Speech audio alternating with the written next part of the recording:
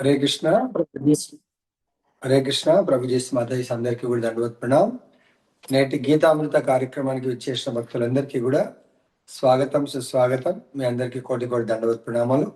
ఈరోజు భగవంతుడు మనకు చాలా ముఖ్యమైనటువంటి విషయాన్ని, స్పెషల్గా దివ్య జ్ఞానాన్ని మనకు అందించబోతున్నారు. భగవద్గీత యథాతథము అధ్యాయం 4 దివ్య జ్ఞానము 29, 30, 31, 32, 33 శ్లోకాస్ మనం చర్చిద్దాం. దీని ద్వారా ఏంటంటే మనం తెలుసుకోబోయేది, మనము మానవుడు ఈ జన్మలో సుఖంగా జీవిస్తూ అంత్యకాలంలో భగవద్ధామం ఏ విధంగా చేరుకోగలుగుతాడనేది మనం తెలుసుకుందాం. అపానే జుహ్వతి ప్రాణం ప్రాణే అపానం తథా పరే ప్రాణాపాన గతి రుద్ధ్వా ప్రాణాయామ పరాయణ అపరే నియతాహారః ప్రాణాన్ ప్రాణేషు జుహ్వతి. సర్వ అప్యేతే యజ్ఞ విదో యజ్ఞక్షాపిత కల్మషాః యజ్ఞశిష్టామృత భుజో యాంతి బ్రహ్మ సనాతనం. నాయం లోకో అస్త యజ్ఞస్య కుతో అన్యః కురు సత్తమా. ఏవం బహువిధా యజ్ఞా వితతా బ్రహ్మణో ముఖే కర్మజాన్ విద్దితాన్ సర్వాన్ ఏవం జ్ఞాత్వా విమోక్ష్యసే. శ్రేయాన్ ద్రవ్యమయాత్ యజ్ఞాత్ జ్ఞానయజ్ఞః పరంతప సర్వం కర్మాఖిలం పార్థ జ్ఞానే పరిసమాప్యతే.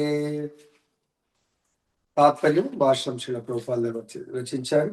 ఓం అజ్ఞానతిమిరాంధస్య జ్ఞానాంజనశలాకయా చక్షురున్మిలితం యేన తస్మై శ్రీ గురవే నమః.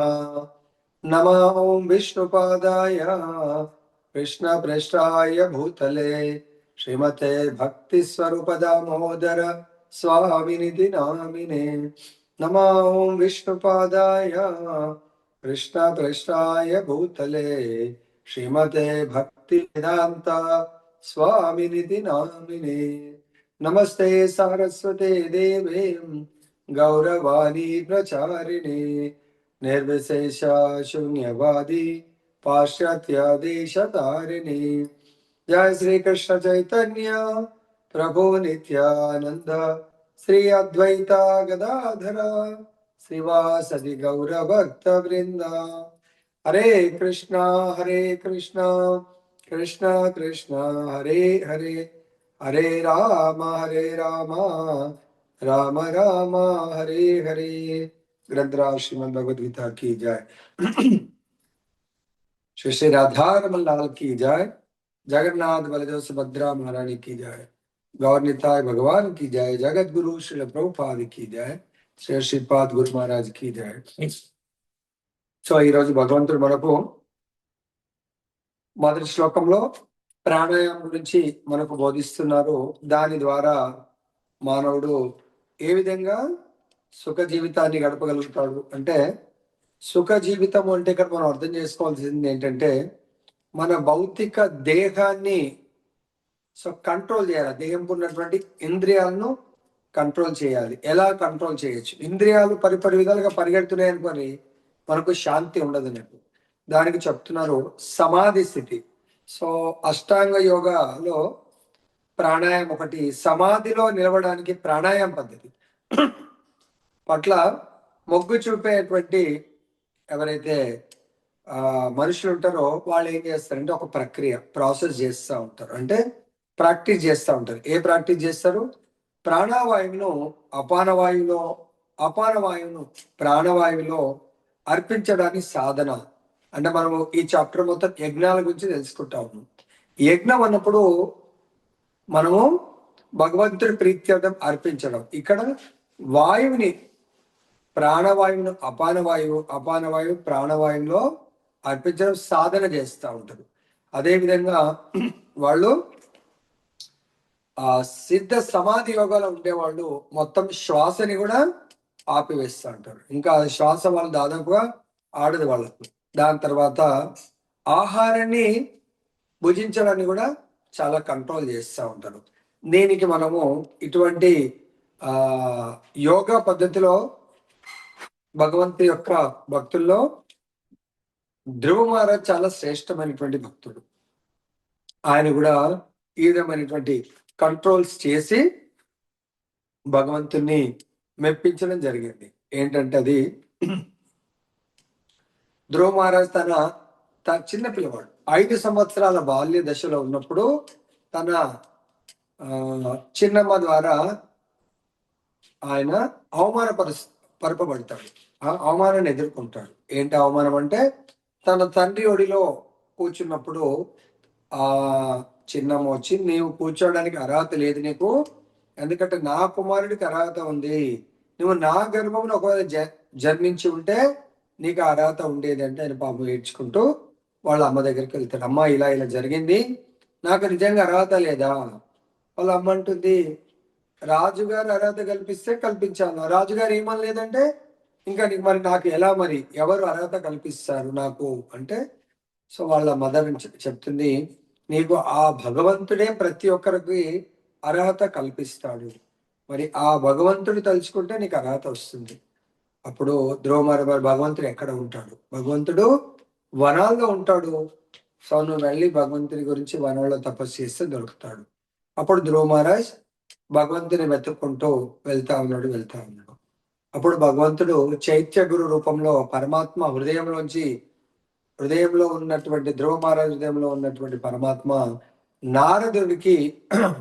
నారదుని పంపించడం జరుగుతుంది. వెళ్ళి ధ్రువుడు నిజంగా ఈ విధంగా తపస్సు చేసేంత శక్తి ఉందా లేదా అనేది. అప్పుడు ధ్రువ మహారాజ్ని టెస్ట్ చేయడానికి నారదుడు అక్కడ రావడం జరుగుతుంది. అంటాడు, ఏంటి ఎక్కడ వెళ్తున్నావు ధ్రువ అంటే, ఇలా జరిగింది, నేను తపస్సు చేయడానికి వెళ్తున్నాను. అప్పుడు నారదుడు అంటాడు, ఏదో అది ఇంట్లో జరుగుతూ ఉంటది, అంతదానికి నువ్వు అంత సీరియస్ తీసుకుంటావా? నీవు ఇంటికి వెళ్ళి మళ్ళీ మీ నాన్నగారు నిన్ను స్వీకరిస్తారు వెళ్ళుంటే, లేదు నేను భగవంతుడి ద్వారా నేను ఆ వరాన్ని పొందిన తర్వాతనే వెళ్తాను, నేను వెళ్ళే ప్రసక్తి లేదు. అప్పుడు నారదుడు అంటాడు, లేదు, ఆ వనాల్లో జంగల్లో పెద్ద పెద్ద క్రూర మృగాలు ఉంటాయి, అవి నేను చంపేస్తాయంటే, నువ్వు కొంచెం ఇంత చిన్న ఏజ్లో ఎక్కడ తపస్సు చేస్తావు? ఓల్డ్ ఏజ్ లో కొంచెం పెద్ద ఏజ్ వచ్చిన తర్వాత, వృద్ధాప్యం వచ్చిన తర్వాత అప్పుడు తపస్సు చేయొచ్చు అంటే, ధ్రువ అద్భుతమైనటువంటి ప్రశ్న అడుగుతాడంటూ, నాకు మీరు నెక్స్ట్ మూమెంట్ జీవిస్తా అని ఏమన్నా రాసేయగలుగుతారా? వృద్ధాప్యం అయితే చాలా దూరం మాట. అప్పుడు నారదుడికి ఆ ప్రశ్న చాలా ఆనందంగా అనిపించి, సరే నీకు నేను భగవంతుని ఎలా నువ్వు పొందగలుగుతావు అనే మంత్ర దీక్ష ఇస్తానని చెప్పేసి ధ్రువ మహారాజ్కు మంత్ర దీక్ష, ఓం నమో భగవతే వాసుదేవాయ, ఓం నమో భగవతే వాసుదేవాయ మంత్రాన్ని ఉపదేశిస్తాడు. ఈ మంత్రాన్ని నువ్వు మధువనంకి వెళ్ళి అక్కడ ధ్యానం చేస్తా ఉండు. అప్పుడు ఇక్కడ ఎందుకు ఈ స్టోరీ చెప్పాల్సి వచ్చిందంటే, కొందరు యోగులు ఆహారాన్ని కూడా తగ్గించేస్తారు, ప్రాణవాయువుని కూడా నిలిపివేస్తారు. అప్పుడు ఎందుకు? ధ్యానంలో అంత తీవ్ర స్థాయికి చేరినప్పుడు. ధ్రువ మహారాజు మొదటి నెలలో పండ్లు కందమూలాలు తినుకుంటూ ధ్యానం చేస్తున్నాడు, భగవంతుడు ప్రత్యక్షమవుడు. రెండవ నెలలో ధ్రువ మహారాజు ఆకులు తిని తపస్సు చేస్తాడు, ప్రత్యక్షం కాలేదు. మూడవ నెలలో ఎండుటాకులు తిని తపస్సు చేస్తాడు, ప్రత్యక్షం కాలేదు. నాలుగవ నెలలో నీళ్లు తాగుతూ, అంతే వేరే ఏమి తినడు, తపస్సు చేస్తాడు, ప్రత్యక్షం కాలేదు. 5వ నెలలో నీళ్లు కూడా బంద్ చేసి గాలితో ప్రాణవాయువు గాలి పీల్చుకొని తపస్సు చేస్తాడు, ప్రత్యక్షం అవ్వలేదు. లాస్ట్కు 6వ నెలలో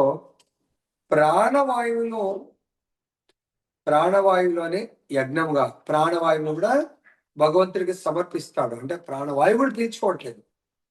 అప్పుడు భగవంతుడు 6 months లో స్వయం భగవంతుడు హృదయంలో ప్రకటమవుతాడు. ఎవరికి? ధ్రువ మహారాజుకు. ఆహా, ఎంత అద్భుతమైన దర్శనం అని! హృదయస్థ పరమాత్మను దర్శనం చేసుకుని చాలా ఆనందంగా ఉంటాడు. కానీ ఆయన వచ్చింది దేని కొరకు? భగవంతుడి నుంచి వరాన్ని పొందడానికి. కానీ లోపల ఆయన వరాన్ని ఎలా పొందగలుగుతాడు? కొద్దిసేపు అయిన తర్వాత లోపల ఉన్న పరమాత్మ కనబడకుండా అదృశ్యమవుతాడు. అప్పుడు అరే ఏమైందని చాలా అశాంతికి గురవుతాడు. ఏంది అసలు ఎక్కడ వెళ్ళిపోయాడు అని చూస్తే లోపల చూసినటువంటి పరమాత్మను ఎదుటిగా చూడడం జరుగుతుంది. అప్పుడు పరమాత్మ ధ్రువుడి యొక్క కోరికను కోరుకోమన్నప్పుడు ధ్రువుడు అంటాడు, ప్రభు నేను మా ఇంటి నుంచి తపస్సుకు వచ్చేప్పుడు పగిలిపోయినటువంటి అద్దము మొక్క గురించి నేను వచ్చాను, కానీ ఇప్పుడు మీరు వెలకట్టలేనటువంటి వజ్రములాగా మీరు దొరికారు, నాకు ఇంకా ఆ పగిలిపోయిన అద్దం వచ్చే కోరికలు లేవు అంటాడు. కానీ భగవంతుడు తన భక్తుల పట్ల ఒక్కసారి కోరిన కోరికను వాళ్ళకు తప్పకుండా నెరవేరుస్తాడు. మళ్ళీ మనముద్దన్నా భగవంతుడు నెరవేరుస్తాడు. ధ్రువ మహారాజుకు ఆయన కోరిక మేరకు తన తండ్రి రాజ్యాన్ని పొందుతాడు, భూమండలం మొత్తానికి రాజుగా. తర్వాత ధ్రువలోకాన్ని ప్రసాదిస్తాడు. ఆ ధ్రువలోకము పరిపాలించిన తర్వాత తన లోకానికి రమ్మని చెప్పడం జరుగుతుంది. సో ఇక్కడ ఆ విధంగా భక్తులు, మనుషులు నానా రకాలైనటువంటి ఈ ప్రక్రియను, శ్వాసను నియంత్రించేటువంటి ఈ ప్రక్రియను ప్రాణాయామం అంటారు. ఇది చాలా రకాలుగా ఉంటుంది. దీన్ని ఆసనాల ద్వారా హఠయోగ పద్ధతిలో ఆచరిస్తూ ఉంటారు. ఇది ముఖ్యంగా ఏంటంటే ఇంద్రియాలను నిగ్రహించడానికి కొరకు పద్ధతి. దీంట్లో మళ్ళీ ఇందాక మనం స్టోరీలో ఏం తెలుసుకున్నాము?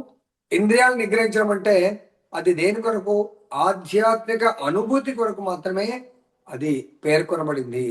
దాంట్లో ఇంకేం చేస్తున్నంటే ఈ దేహంలో వాయువును నియంత్రిస్తారు. దేహంలో వాయువు చాలా ముఖ్యమైనది. వాయువు ఆడకపోతే మనము గుండె ఆగిపోతుంది అన్నట్టుగా అపాన వాయువు అధోముఖంగా వెళ్తుంది, ప్రాణవాయువు ఊర్ధముఖంగా వెళ్తుంది. అపాన వాయువు కిందికి వెళ్తుంది, ప్రాణవాయువు పైకి వస్తూ ఉంటుంది.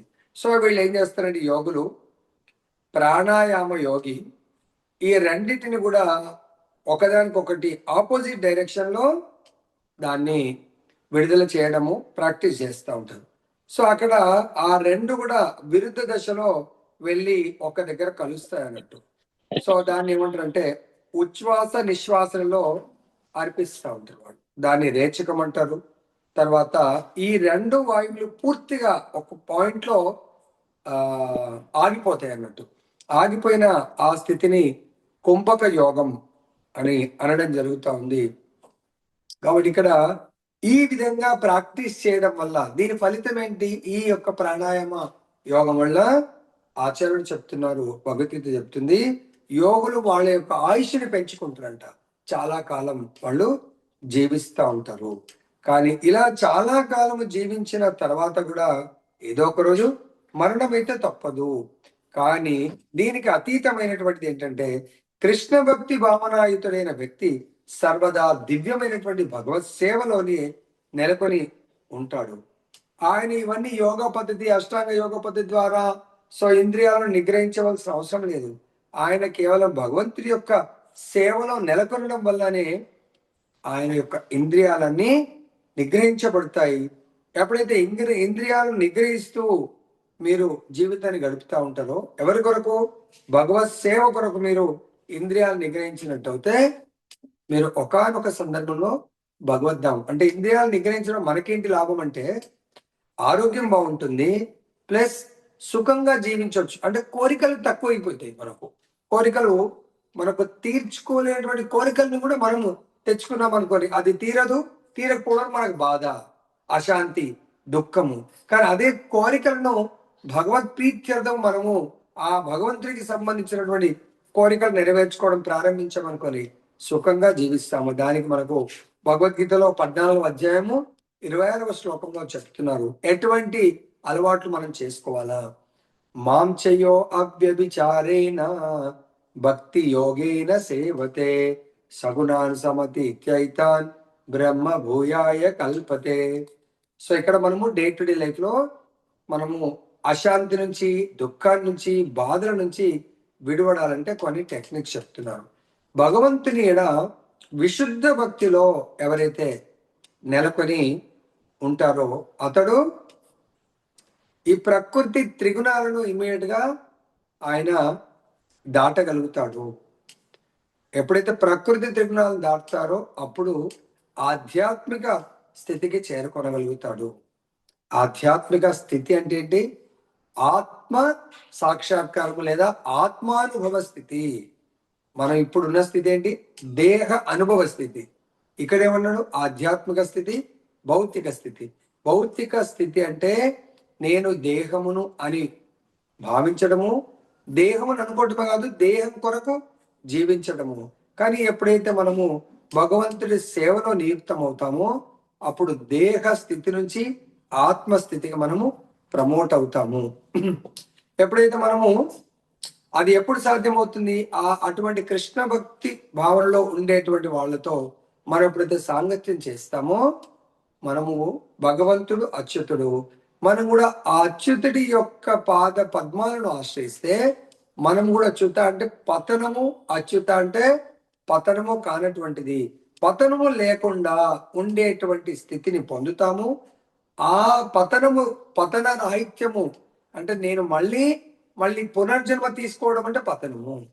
పునర్జన్మ లేనటువంటిది అంటే పతనము లేనటువంటిది. అటువంటిది ఎక్కడ ఉంటుంది? భగవద్ధామంలో ఉంటుంది. ఎవరైతే తన నిత్య జీవితంలో అలా కేవలం ఆత్మానందం కొరకు జీవిస్తారో, మరి ఆత్మానందం కొరకు జీవించాలంటే మన ఇంద్రియాలను భగవత్ సేవకు ఉపయోగించాల.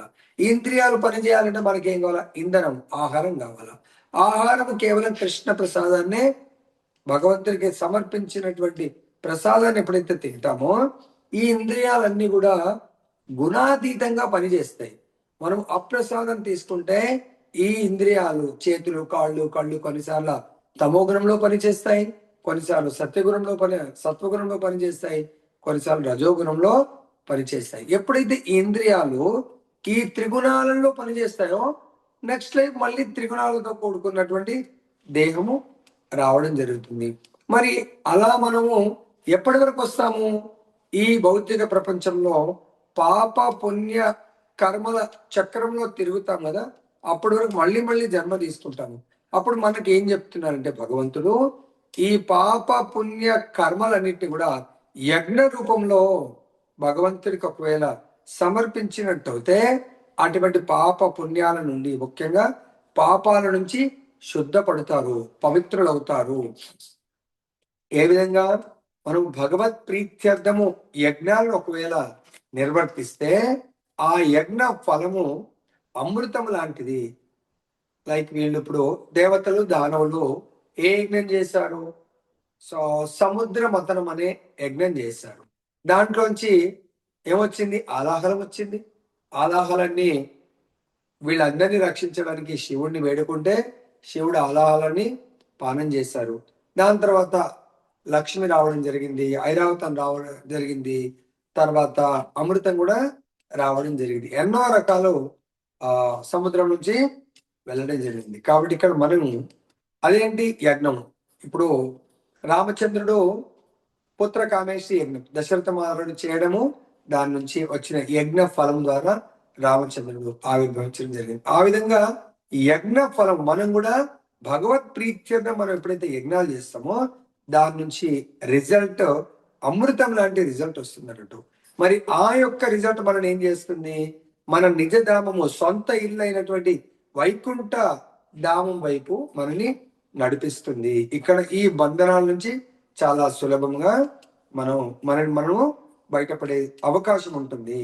కాబట్టి మనందరము చేయవలసింది ఏంటంటే మనకు భగవంతుడు ఇచ్చినటువంటి ఈ ఇంద్రియాలన్నింటినీ కూడా నిగ్రహించాలా. అంటే ఇంద్రియ భోగం కొరకు జీవించొద్దు. మనము జీవించే దేనికి? భగవంతుడి యొక్క ప్రీత్యర్థము, భగవంతుడి తృప్తి కొరకు జీవించాలా. దానివల్ల ఏమైందంటే బంధాల నుంచి విముక్తులం అవుతాము.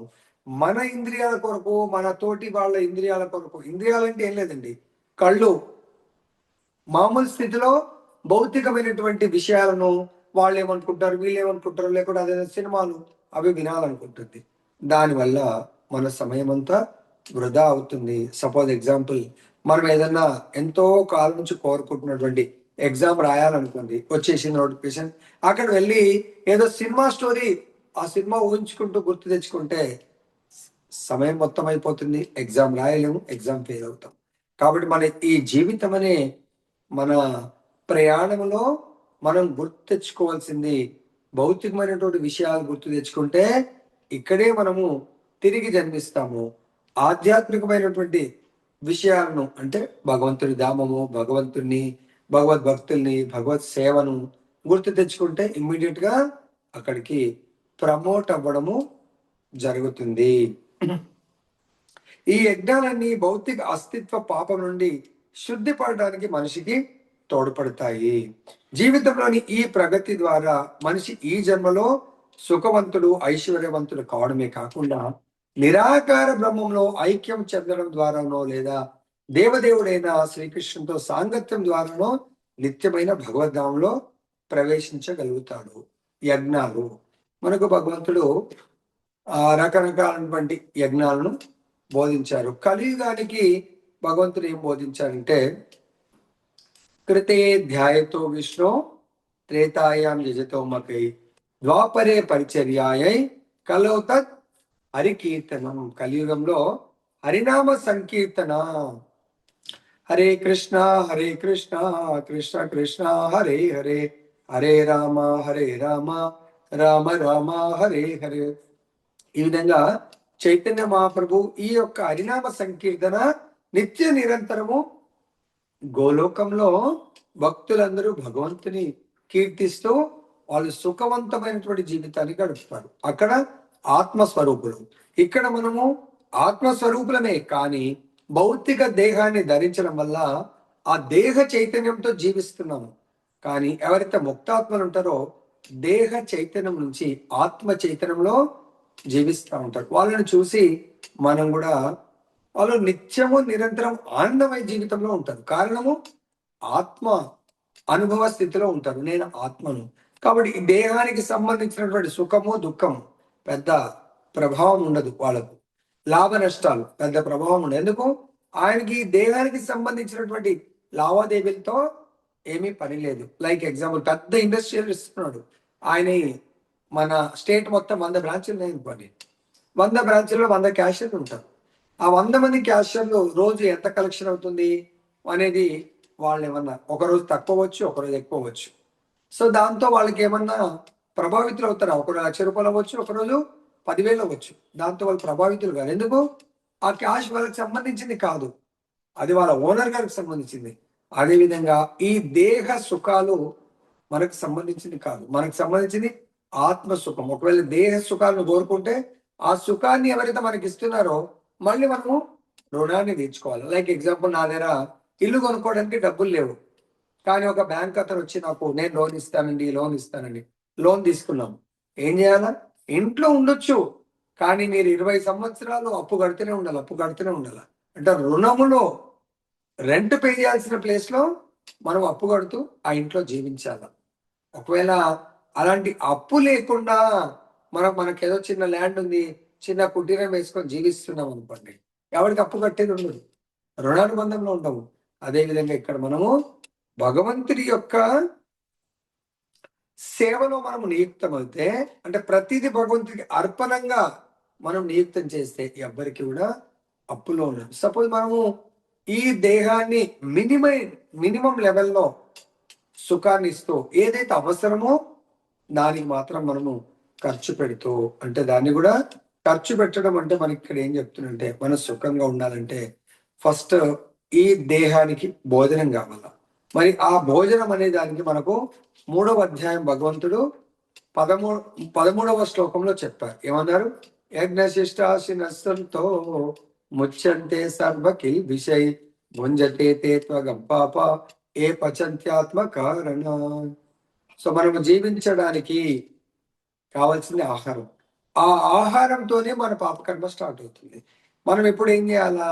ఆ భుజించే ప్రతి ఆహారాన్ని భగవంతుడికి అర్పించండి అని భగవంతుడు చెప్తున్నాడు. యజ్ఞానికి అర్పించండి అంటే భగవంతుడి యజ్ఞ పురుషుడైనటువంటి విష్ణువుకి అర్పించి తిన్నట్టయితే మీరు పాప కర్మలు దాంట్లో ఉండవు. అప్పుడు మీరు ఫ్రీ అయిపోతారు. అప్పుడు ఏంటి అడ్వాంటేజ్ అంటే, ఈ శరీరము, మనస్సు, ఇంద్రియాలు, బుద్ధి అన్ని కూడా సాత్వికంగా, అంటే భగవత్ సేవ గురించి ఆలోచిస్తూ ఉంటాయి.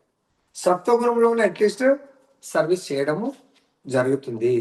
మనం అప్రసాదం తీసుకుంటే ఇవి అప్రసాదం త్రిగుణాలకు సంబంధించింది కాబట్టి ఈ మన ఇంద్రియాలన్నీ కూడా ఆ త్రిగుణాలకు సంబంధించినటువంటి ఆలోచనలు అటువంటి కర్మలు చేసే అవకాశం ఉంటుంది.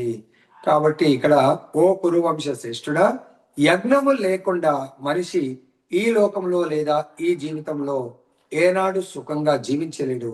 ఇక తర్వాత గురించి ఏం చెప్పాలి? భగవంతుడు ఈ సృష్టి ఆరంభంలో ముగ్గురిని సృష్టిస్తారు, మానవులను, దేవతలను, యజ్ఞాలను. కాబట్టి దేవతలను ఎందుకు? దేవతలు వాళ్ళంతా వాళ్ళుగా యజ్ఞాలు చేయలేరంట. ఎందుకంటే యజ్ఞంలో అర్పణ చేయాలి ఎవరికి? దేవతలకు, భగవంతుడికి. సో కాబట్టి వాళ్ళు కూడా మానవులు చేసే యజ్ఞం మీద డిపెండ్ అయి సంతృప్తి పడి సో మానవులకు కావలసిన సదుపాయాలన్నీ సమకూరుస్తారు. కాబట్టి దేవతలు కూడా భగవద్ధామం వెళ్ళాలంటే మానవ రూపం వస్తే బాగుండు, అనవసరంగా పుణ్యకర్మలు చేసి దేవలోకంలో మనం జన్మ తీసుకున్నాము అని వాళ్ళు కూడా బాధపడుతూ ఉంటారంట. కాబట్టి జీవితంలో మనందరం కూడా యజ్ఞము చెయ్యకుండా ఎవ్వడు కూడా సుఖపడలేడు. అంటే ప్రభుజీ రోజు యజ్ఞం ఎలా చేస్తాం? రోజు భోజనం చేస్తున్నాము. ఆ భోజనం అనేది మనం వండి భగవంతుడికి సమర్పించడమే, అది కూడా యజ్ఞము. భగవంతుడి యొక్క నామజపం చేయడము, అది కూడా యజ్ఞము, జపాయజ్ఞము. భగవంతుడి యొక్క హరినామ సంకీర్తన, అది కూడా సంకీర్తన యజ్ఞము. ఇలా మానవుడు రకరకాలైనటువంటి యజ్ఞాలు చేసినప్పుడే సంతృప్తిగా ఉండగలుగుతాడు. యజ్ఞాలు చెయ్యకుండా టెంపరీగా తాత్కాలికంగా ఒకవేళ సంతృప్తి పడినా ఆయన దుఃఖాలనే అనుభవిస్తూ ఉంటాడు. భౌతిక జగత్తులో అస్తిత్వము పాప జన్మల అనేక ఫలాల వలన కలుగుతుంది. ఈ భౌతిక మళ్ళీ మళ్ళీ పుట్టడం అంటే జనరల్ గా పాపాలు చేస్తే మళ్ళీ మళ్ళీ పుడతాం. పుణ్యాలు ఒకవేళ అత్యంత పుణ్యాలు చేస్తే పుణ్యలోకాలకు వెళ్తారు. ఇంకా పుణ్య చేస్తే స్వర్గలోకాలు ఇంకా పైలోకాలకు వెళ్ళే అవకాశం ఉంటుంది. పాపాలు చేస్తే మళ్ళీ మళ్ళీ ఇక్కడ జన్మిస్తాము. మరి పాపము పుణ్యం అనే చక్రంలోంచి మనము బయటపడడమే మన ఏకైక మార్గము. దాని కొరకు ఏం చెప్తున్నానంటే ధర్మ, అర్థ, కామ మోక్షాలను వేదాల ప్రకారం చేయబడతారు. కానీ భక్తులు ఆ మోక్షం అనేది కైవల్యం. భక్తులు అటువంటి కైవల్యాన్ని కూడా కోరుకోరు. ఇక్కడ మనం చెప్తున్నారు వేదాలు ధర్మము, ఆర్థిక సుఖము, నియంత్రిక అంటే ధర్మ, అర్థ, కామ, చివరికి దుఃఖకర పరిస్థితి నుండి బయటపడే మోక్షము, అది నిరాకార, వీళ్ళ ప్రకారం నిరాకార బ్రహ్మంలో, భగవంతుడి యొక్క నిరాకార బ్రహ్మంలో మనము లీనమైపోవడము. కానీ దాన్ని కూడా భక్తులు రికమెండ్ చేయరు. ధర్మ మార్గము లేదా పైన చెప్పబడిన నానా రకాల యజ్ఞాలు సహజంగానే మన ఆర్థిక సమస్యలను తొలగిస్తాయి. భగవంతుడి కొరకు యజ్ఞం చేస్తే మనకు ఆర్థిక సమస్యలను తొలగిపోవచ్చు. ఒకసారి ఏమవుతుందంటే ఒక గురువు గారి దగ్గరికి, ఆచార్యుడి దగ్గరికి 4 రకాలైనటువంటి భక్తులు వస్తారు వాళ్ళు వరాలను పొందడానికి. దాంట్లో మొట్టమొదటిగా రాజకుమారుడు వస్తాడు, యువరాజు. ఆయన వచ్చి ప్రణామం చేసి గురువు గారిని సేవించి ఆయన గురువు గారి దగ్గర నిలబడితే, గురువు గారు రాజపుత్ర చిరంజీవ, నువ్వు చిరంజీవిగా ఉండు, అంటే చాలా కాలం జీవించు. నువ్వు ఎందుకు వచ్చినావో నాకు తెలుసు. నేను కొంచెం వయసులో అనారోగ్యం కాకుండా ఆరోగ్యంగా ఉంటే భోగాలను, రాజకుమారులకు ఎంతమంది, చాలా మంది భార్యలు ఉంటారు, సంపత్తులు ఉంటాయి, భోగాలను అనుభవించడానికి వచ్చారు, అనుభవించుకో అంటాడు. రెండవ వాడు ఎవరు వస్తాడంటే గురుపుత్రుడు వస్తాడు, మునిపుత్రుడు. సో మునిపుత్రుడికి ఏమంటాడంటే మునిపుత్ర మా జీవ, అంటే నువ్వు ఇంకా జీవించకు, అంటే నువ్వు చనిపో. అంటే దాని మీనింగ్ ఏంటంటే ఎగ్జాంపుల్ చనిపో అంటే మృత్యు అని ఇది అర్థం కాదు. మనకి ఎవరైనా కాలేజీలో చాలా ఫైనల్ ఇయర్ చదువుతున్నారు, చాలా కష్టపడి చదివారు, సో సార్ ఆశీర్వదించండి అంటే నువ్వు ఈసారి టాప్ ర్యాంక్ రావాలా, కాలేజ్ టాపర్ అవ్వాలంటాడు. ఫైనల్ ఇయర్ ఎగ్జామ్స్ రాసిన తర్వాత కాలేజ్ టాపర్ వచ్చి ఏం చేస్తాడండి? ఈ కాలేజీలో ఉండగానే మంచి జాబ్ వచ్చి నువ్వు వెళ్ళాలా? అరే సార్ నన్ను కాలేజ్ నుంచి ఎందుకు వెళ్ళమంటున్నావు అంటే, మరి కాలేజీలో ఎంతకాలం ఉంటావు? ఇది కూడా ఈ దేహంలో ఎంతకాలం ఉంటావు? ఈ యొక్క కాలేజీలో మన ఫ్రెండ్స్తో ఉన్నట్టుగా ఈ దేహంలో ఎంతకాలం ఉంటావు? దేహాన్ని వదిలేసి పరంధామం వెళ్ళాలి. ఆయన ఒక గురువు గారి దగ్గర మంచి ట్రైనింగ్ పొందాడు, బ్రహ్మచర్యాన్ని చాలా అద్భుతంగా పాటించాడు. ఇంకా ఆయనకు కావాల్సింది ఏంటి? భగవద్ధామంలో భగవంతుడి సేవ. కాబట్టి మా జీవం అన్నాడు. ఇంకొక అతను మంచి భగవంతుడి భక్తుడు, సంపూర్ణ శరణాగత భక్తుడు ఇచ్చాడు. ఆయనకి ఏమని వరం ఇచ్చాడు? గురువుగారు, నీవు జీవోవా మరోవా, నువ్వు జీవించినా పర్వాలేదు, మరణించినా పర్వాలేదు. అంటే దాని మీనింగ్ ఏంటి? నువ్వు జీవించినా ఎంతో మందిని ఇక్కడ భగవద్భక్తులుగా మారుస్తున్నావు, మరణించినా వైకుంఠంలో వెళ్ళి భగవంతుడి యొక్క భక్తులతో కూడుకొని సేవ చేస్తా ఉంటావు. కాబట్టి నువ్వు జీవించినా పర్వాలేదు, మరణించినా పర్వాలేదు. ఇంకా ఇంకొక అతను చండాలుడు, అంటే ఈ జంతువులను వేటాడుతూ వాడి జంతువుల మాంసాన్ని తింటూ జీవిస్తూ ఉంటాడు. ఆయనకి ఏమంటాడంటే, నువ్వు మా జీవం మా మరో, నువ్వు జీవించకు మరణించకు. జీవించి ఉన్నా కూడా ఎన్నో జంతువులు చంపుతా ఉన్నాడు. మరణిస్తే ఆ జంతువులే ఈయనని ప్రతీకారంగా తీర్చుకొని నరకలోకాల శిక్షను అనుభవిస్తాడు. కాబట్టి ఏమంటాడు? ఇటువంటి భౌతిక బంధం నుండి బయటపడడానికి కేవలము భగవత్ ప్రీత్యర్థము యజ్ఞాలు చేయడం అనేది ఏకైక మార్గం అని మనకు ఇక్కడ చెప్తున్నాడు. ఎవరైతే ఆ విధంగా భగవంతుని సేవిస్తారో వాళ్ళ ఆర్థిక సమస్యలు ఆటోమేటిక్గా వెళ్ళిపోతాయి. సో ఇక్కడ యజ్ఞ నిర్వహణ ద్వారా నామమాత్ర జనాభివృద్ధి ఉన్నప్పటికీ పుష్కలంగా ఆహారము, పాలు వంటివి మనం పొందుతాము. దేనికి కూడా దేహానికి కావలసినంత ప్రతిదీ కూడా దేవతలు, భగవంతుడు మనకు సమకూరుస్తారు. దీనికి ఏమంటారు? మళ్ళీ 3వ అధ్యాయము 14వ శ్లోకంలో మనకు చెప్తున్నారు. అంటే మనము యజ్ఞము చేయడం వల్ల భగవంతుడు మనకు అన్ని సమకూరుస్తారనేది. అన్నాద్భవంతి భూతాని పర్జన్యాద్ అన్న సంభవ, యజ్ఞాద్భవతి పర్జన్యో యజ్ఞ కర్మ సముద్భవ. దేహాలన్నీ, అంటే మనందరం దేహాలు అని పదం వాడాడు, ఆత్మలు కాదు. దేహాలన్నీ ధాన్యంపై ఆధారపడి జీవిస్తాయి. ఆ ధాన్యము వర్షం వలన ఉత్పత్తి అవుతుంది. వర్షము యజ్ఞాచరణం ద్వారా రావడం జరుగుతుంది. మరి ఆ యజ్ఞము మానవులు చేసే విద్యుక్త ధర్మాల నుండి రావడం జరుగుతుంది. కాబట్టి ప్రతి ఒక్కరు కూడా సుఖంగా ఉండాలంటే శాస్త్రయుక్తంగా యజ్ఞాలను నిర్వహించాలి. పూర్వకాలము కలియుగంలో ఒక 50 years కింద, అప్పుడు మేబీ 1972-73 అప్పుడు చాలా కరువు కాటకాలు వచ్చాయి. స్పెషల్గా తెలంగాణ, హైదరాబాద్లో ప్రభుపాదుల వారు అప్పుడు తన అమెరికన్ ఫారిన్ శిష్యులను తీసుకొని హైదరాబాద్ వచ్చి సంకీర్తన యజ్ఞాన్ని నిర్వహించారు. ఎప్పుడైతే సంకీర్తన యజ్ఞాన్ని నిర్వహించారో ఫుల్గా వర్షం పడడం జరిగింది.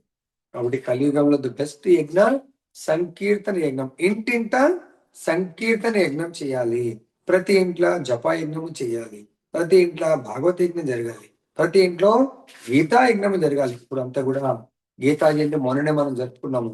కాబట్టి ఇక్కడ ఏమంటున్నారంటే, మనందరం కూడా ధర్మ అర్థ కామ మోక్షాన్ని పొందాలంటే ముక్త జీవన పరమోన్నతి పూర్ణత్వమే భగవంతుడితో సాంగత్యము. అంటే భగవంతుడితో సాంగత్యం అనేదే మన నిజమైనటువంటి ముక్తి, నిజమైనటువంటి ఏకైక లక్ష్యం. అది దేంతో సాధ్యమవుతుంది? యజ్ఞ నిర్వహణ. ఎటువంటి యజ్ఞం? కలియుగంలో సంకీర్తన యజ్ఞము, జపా యజ్ఞము. ఇది వేదాల ప్రకారము యజ్ఞ నిర్వహణకు మొగ్గు చూపకపోతే ఈ జన్మలోనైనా సుఖాన్ని ఎలా మనము పొందగలుగుతాము? చాలా మంది పాపం సుఖాన్ని పొందాలనుకుంటున్నారు, కానీ ఆ సుఖము ఎలా వస్తుంది అనేది వాళ్ళకు సీక్రెట్ తెలియదు. ఎగ్జాంపుల్, చిన్న ఎగ్జాంపుల్ అండి, అంతా కూడా మనము సులభంగా అర్థం చేసుకోవచ్చు. నాకు ఈ మంత్ శాలరీ వస్తుందా రాదా? శాలరీ వస్తే నేను ఇంకా ఫలానా ఫ్రిడ్జ్ కొనుక్కుంటాను, లేకుంటే ఒక డ్రెస్ ఎన్నో మనము పిల్లలకి ఏదో కొనిస్తాము, బర్త్డే ఏదో చేస్తాం అనుకుంటాం. నువ్వు నెక్స్ట్ మంత్ ఒక్కరోజు కూడా డ్యూటీకి వెళ్ళలేదు, లీవ్ కూడా పెట్టలేదు, శాలరీ ఎలా వస్తుందండి? యజ్ఞం అంటే భగవత్ ప్రీత్యర్థము. మనం కూడా మన యొక్క విద్యుక్త ధర్మము, మనం ఎవరి దగ్గర శాలరీ పొందుతున్నామో వాళ్ళకి ప్రీత్యర్థం డ్యూటీ చేసేటప్పుడు శాలరీ వస్తుంది. అదే విధంగా మనం కూడా మన యొక్క ధర్మమే భగవంతుని సేవించడము, దాన్నే యజ్ఞం ఉంటారు. ఎప్పుడైతే మనము ఆ భగవంతుని యజ్ఞ పురుషుణ్ణి సంతృప్తి కొరకు మనము కర్మలు చేస్తామో అప్పుడు ఆటోమేటిక్ గా ఈ జీవితంలో సుఖంగా ఉంటాము. ఈ జన్మను వదిలేసిన తర్వాత కృష్ణ భక్తి సాధన ద్వారా ఆధ్యాత్మిక లోకాలకు చేరుకోవడమే మనిషి సాధించగలిగిన మహోన్నతమైనటువంటి సుఖము. నిజంగా సుఖం అంటే దేహ సుఖం కాదండి, ఆత్మసుఖం. ఆత్మసుఖం అంటే శాశ్వతమైనటువంటి దేహాన్ని, సచ్చిదానంద దేహాన్ని పొంది భగవత్ లోకాలకు చేరుకోవడమే నిజమైన సుఖం. కానీ దీనికి మరి ఈ దేహానికి ఎన్నో కష్టాలు వస్తాయి. కానీ ఆ ప్రతి కష్టంలో కూడా భగవంతుని మనము స్మరించుకుంటూ భగవంతుని సేవించుకుంటూ వెళ్తే, ఎలాగైతే అర్జునుడికి పాండవులకు ఎన్నో కష్టాలు వచ్చాయి. భీముడికి విషం పెట్టారు కానీ దాని నుంచి కూడా బయటపడ్డాడు. పాండవులకు లాక్షగృహంలో కాల్చేయాలని చూశారు, దాని నుంచి కూడా భగవంతుడు రక్షించడం జరిగింది. ద్రౌపదికి నిండు సభలో గొప్ప అవమానానికి గురి చేయాలని చూశారు. భగవంతుడు వస్త్రావతారిని ధరించి ద్రౌపదిని రక్షించడం జరిగింది. కాబట్టి ఇక్కడ వేదాలలో రకరకాలైనటువంటి యజ్ఞాలు ఆమోదించబడ్డాయి. కానీ ఇక్కడ ఆ యజ్ఞాలన్నీ కూడా ఇందాకేమన్నాడు, యజ్ఞాలు విహిత కర్మల నుంచి ఉద్భవిస్తాయి. ఇప్పుడు మనం చేసే కర్మల నుంచే రావడం జరుగుతుంది అవన్నీ కూడా. సపోజ్ మనకు ప్రసాదం ఉంది, ప్రసాదం వండి భగవంతుడి నైవేద్యం పెట్టాలి, అది ప్రసాద కర్మ, ప్రసాద యజ్ఞం అంటారు. యజ్ఞంలో అర్పించడం. అదే విధంగా మనకి ఎవరికైనా సంతానం లేదు, ఆ సంతానం కొరకు యజ్ఞం చేస్తే పుత్రకామేష్టి యజ్ఞం. ఈ విధంగా మనం చేసే కర్మల నుంచి యజ్ఞాలు. కానీ ఇక్కడ ముక్తి పొందడానికి కూడా భగవంతుడు గొప్ప యజ్ఞం ఏంటి, కలియుగంలో ద బెస్ట్ ఏంటంటే సంకీర్తన యజ్ఞం, హరినామ సంకీర్తన యజ్ఞము. మనం ఈ నోటి ద్వారా మనం గట్టిగా మనము కీర్తన చేస్తే దట్ ఈస్ నథింగ్ బట్ సంకీర్తన యజ్ఞం. దాని ద్వారా మనం చాలా సులభంగా ఆ భగవంతుని ప్రసన్నం చేసుకోగలుగుతాము. భగవంతుడు ఇక్కడ అర్జునుడిని ఓ పరంతప అని సంబోధిస్తా ఉన్నాడు. అర్జున్, ఓ పరంతప, జ్ఞాన యజ్ఞము కేవలము భౌతిక సంపత్తుల యజ్ఞం కంటే ఉత్తమమైనది అని. అంటే పరంతప అని ఎందుకు వాడారు? అర్జునుడు ఎప్పుడు కూడా శత్రువులతో ఓడిపోయి రాడు, శత్రువులను జయించి వస్తూ ఉంటాడు. ఎందుకో కృష్ణ భక్తులకి ఎప్పుడు కూడా భగవంతుడు విజయాన్నే చేకూరుస్తాడు. అంటే నీకు అనిపించవచ్చు కొన్నిసార్లు వాళ్ళు కూడా ఓడిపోతారు కదా ప్రభుజీ, అది ఓటమి గెలుపు అనేది కూడా జస్ట్ లీలలాగా చేస్తాడు. అంతిమంగా వాళ్ళకు విజయాన్నే భగవంతుడు చేకూరుస్తాడు. జ్ఞాన యజ్ఞం కేవలము భౌతిక సంపత్తుల యజ్ఞం కంటే ఉత్తమమైంది. భౌతిక సంపత్తులు అంటే నాకు గొప్ప జాబ్ రావాలని యజ్ఞం చేస్తూ ఉంటారు, సంతానం కావాలని యజ్ఞం చేయొచ్చు, ఇంకెన్నో రకాల యజ్ఞాలు చేస్తూ ఉంటారు. కానీ ఇక్కడ ఈ కర్మ యజ్ఞాలు, కర్మలు చేయడం వల్ల ఏదైతే యజ్ఞాలు చేస్తారో అవన్నీ కూడా దివ్యమైనటువంటి జ్ఞానం పొందడంలో, జ్ఞాన యజ్ఞంలో పరిసమాప్త అవుతాయని ఇక్కడ మనం బోధిస్తున్నాం. ఎవరైతే కర్మలు చేస్తారు, చాలా మంది పాపం జ్ఞానం, భగవంతుని యొక్క దివ్యమైనటువంటి జ్ఞానం లేకుండా కర్మలు చేస్తారు. ఆ కర్మల్లో వాళ్ళకు కర్మ ఫలాలు, వాళ్ళకు అనుకూలమైనటువంటి కర్మ ఫలాలు వస్తే ఇంకా బ్రహ్మాండంగా చేస్తూ ఉంటారు.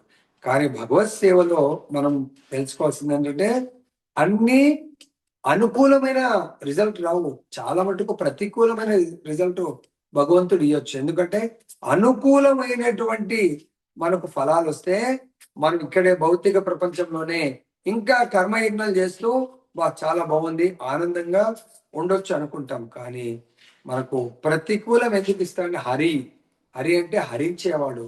మన భౌతిక సంపదలన్నింటినీ కూడా హరించేసి ఆధ్యాత్మిక సంపదలను భగవంతుడు ఇస్తాడు. ఆధ్యాత్మిక సంపద అంటే భగవంతుడి యొక్క దివ్యమైనటువంటి ప్రేమను భగవంతుడు ప్రసాదిస్తాడు. ఎప్పుడు భగవంతుడి యొక్క భక్తియుత సేవలో మనము నెలకొన్నప్పుడు.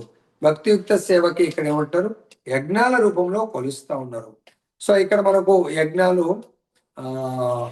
4 రకాలైనటువంటి యజ్ఞాల గురించి మనము చర్చించడం జరిగింది. ఏంటవి? ద్రవ్యమయ యజ్ఞము, తర్వాత తపోమయ యజ్ఞము, యోగా యజ్ఞము, తర్వాత స్వాధ్యాయ యజ్ఞం. స్వాధ్యాయ యజ్ఞం అంటే శాస్త్రాలను మనం అధ్యయనం చేయడం. కానీ ఇక్కడ ఏమంటే ఎవరైతే భగవంతుడి యొక్క జ్ఞాన స్థితిలో లేరో వాళ్ళు భగవంతుని దివ్యమైనటువంటి స్థితికి చేరుకోలేరు. ఎవరైతే భగవద్ జ్ఞానాన్ని పొందడంలో శ్రద్ధ కనబరుస్తారో అటువంటి శ్రవణ, భగవంతుడి యొక్క గీతా యజ్ఞము, భాగవత యజ్ఞంలో శ్రవణం చేస్తూ ఉంటారో అప్పుడు భగవంతుని పట్ల మనకు ఎక్కువ ప్రేమ, ఆసక్తి కలుగుతూ ఉంటుంది. దానికే మనకు భగవత్ ప్రేమని పొందడంలో 9 మెట్లు ఉంటాయంటారు. ఒకటి భగవంతుని పొందాలనే శ్రద్ధ. రెండవది ఎప్పుడైతే ఆ శ్రద్ధకు మనం చేరుకుంటామో భగవంతుడు సాధు సంఘం, అంటే భగవంతుని కోరుకునే వాళ్ళను, భగవంతుని సేవించే వాళ్ళందరినీ సాధువులు అంటారు. అటువంటి సాధు సంఘాన్ని మనకు ప్రసాదిస్తాడు. సాధు సంఘంలో ఏం జరుగుతుంది? భజన క్రియ జరుగుతుంది. ఆ భజన క్రియ వల్ల అంటే భగవంతుడి యొక్క జ్ఞాన అర్చనం. భజన క్రియ అంటే భగవంతుడి యొక్క నామరూప గుణ లీలను కీర్తించడము లేదా శ్రవణం చేయడము. దానివల్ల మన లోపల అనర్థ నివృత్తి జరుగుతుంది.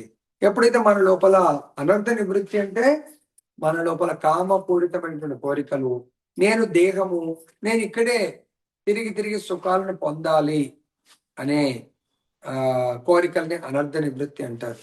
అవి తొలగిపోయినప్పుడు మనకు భగవంతుడి పట్ల రుచి కలుగుతుంది. ఎప్పుడైతే భగవంతుడి పట్ల రుచి కలుగుతుందో ఆసక్తి అనిపిస్తుంది. ఆసక్తి నుంచి భగవంతుడే కావాలి అనే ఆసక్తి నుంచి భావస్థితిగా మనం ప్రమోట్ అవుతాము. దాని తర్వాత భగవంతుడి యొక్క దివ్యమైనటువంటి ప్రేమని పొందడానికి కొరకు మనము అది ఎలా పొందగలుగుతాము? జ్ఞానము ద్వారా. జ్ఞాన ప్రాప్తి లేనప్పుడు యజ్ఞాలు భౌతిక స్థితిలోనే ఉంటాయి. చాలా మంది పాపం ఎన్నో దీక్షలు వేసుకుంటారు, ఎన్నో యజ్ఞాలు వేస్తారు. ఎందుకు? ఈ బిజినెస్ సక్సెస్ కావాలా, ఈ లేకుంటే ఏదైనా అపార్ట్మెంట్ కడుతుంటే ఈ అపార్ట్మెంట్ చాలా రేపుతో నాకు అమ్ముడు పోవాలా, అలా ఎన్నో రకాలైనటువంటి భౌతిక స్థితిలో ఎన్నో లాభాలను పొందడానికి యజ్ఞాలు చేస్తూ ఉంటారు. కానీ వాళ్ళందరూ కూడా దివ్యమైనటువంటి జ్ఞానము లేకుండా చేస్తూ ఉంటారు. కానీ ఇక్కడ ఏం చెప్తున్నారంటే ఈ జ్ఞాన యజ్ఞము కూడా ఎక్కడ ఎండ్ అవుతుందంటే కృష్ణ భక్తి భావనలో దాన్ని అర్పణ చేయడం జరుగుతుంది. కృష్ణ భక్తి ఇస్ ద అల్టిమేట్ భక్తి యోగము. అర్థమైందా? జ్ఞానాభివృద్ధి లేకపోతే యజ్ఞాలు కేవలం భౌతిక కార్యాలే అవుతాయి. ఎవరైతే ఆ దివ్యమైనటువంటి జ్ఞాన స్థితికి వృద్ధి చెందుతారో వాళ్ళు చాలా సులభంగా ఆధ్యాత్మిక స్థితి. ఇప్పుడు మనం భగవద్గీత వింటున్నాము, ఇది జ్ఞాన యజ్ఞము. విన్న తర్వాత మనం ఏం చేస్తున్నాము? ఈ రోజే అనుకున్నాము, యజ్ఞంలో అర్పించింది, అది ఆధ్యాత్మిక స్థితి.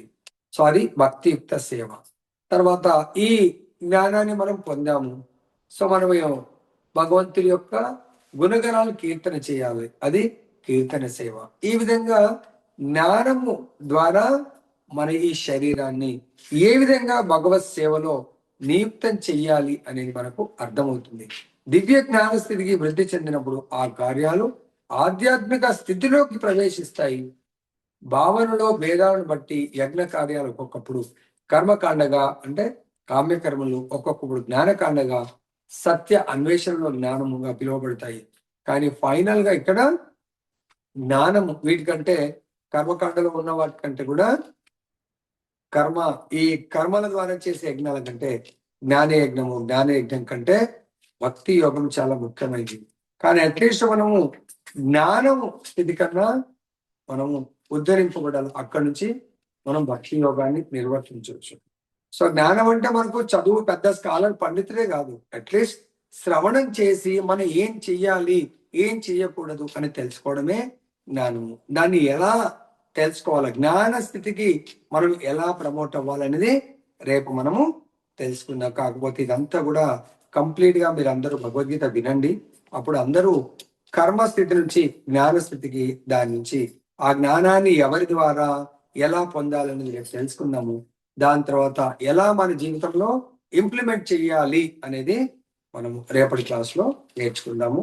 జయ బలో గ్రంథరాజ్ శ్రీమద్ భగవద్గీత की जय, श्री श्री राधारमण लाल की जय, जगन्नाथ बलदेव सुभद्रा महारानी की जय, गौर निताय भगवान की जय, जगत गुरु श्रील प्रभुपाद की जय, श्री श्रीपाद गुरु महाराज की जय। हरे कृष्णा कृष्णा कृष्णा हरे हरे, हरे राम राम राम हरे हरे।